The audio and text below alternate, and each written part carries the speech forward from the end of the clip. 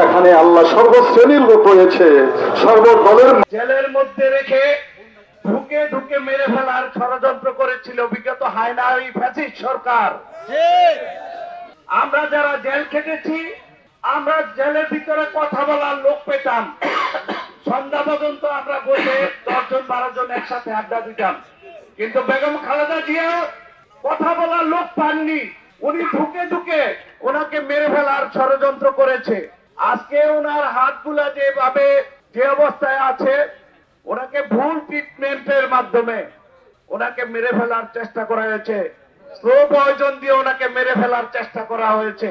এর বিচারে বাংলার মাটিতে একদিন আওয়ামী লীগের বিচার হবে ইনশাআল্লাহ।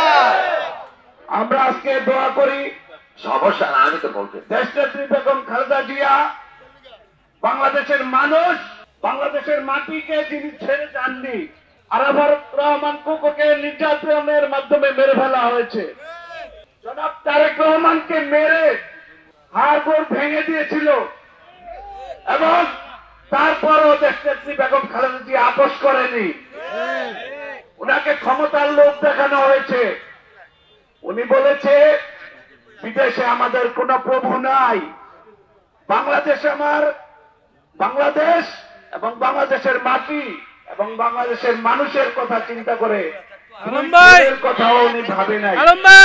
এতভাবে নির্যাতিত করা হয়েছে, বাড়ি থেকে বের করে দেওয়া হয়েছে, সন্তানদের নির্যাতন করা হয়েছে, কিন্তু উনি আমাদেরকে, বাংলাদেশের মানুষদেরকে উনি সন্তান হিসাবে নিয়েছেন। সেই নেত্রীর জন্য আমরা আজকে প্রাণ ভরে দোয়া করব।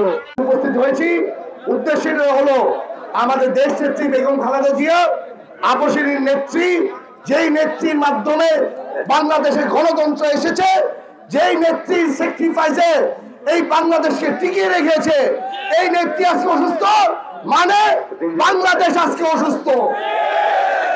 আজকে ওনার সুস্বাস্থ্য, ইভেন সুস্বাস্থ্য হয়ে যাতে আমাদের মাঝখানে এসে আবার যাতে রাজনীতি করতে পারে, এই আসার জন্য, এটার জন্য আমরা সকলে নিয়ে আজকে দোয়া মাহফিল বলেছিল যে ওনাকে আর এই দেশের প্রয়োজন না, রেখে পালিয়ে গিয়েছে। কিন্তু আমাদের দেশ নেত্রী বেগম খালেদা জিয়া এই দেশের মাটিকে ধরে রেখেছে, এবং বলেছে এই দেশেই ওনার মরণ হবে, এই দেশে। আমরা আশা করি বেগম খালেদা জিয়া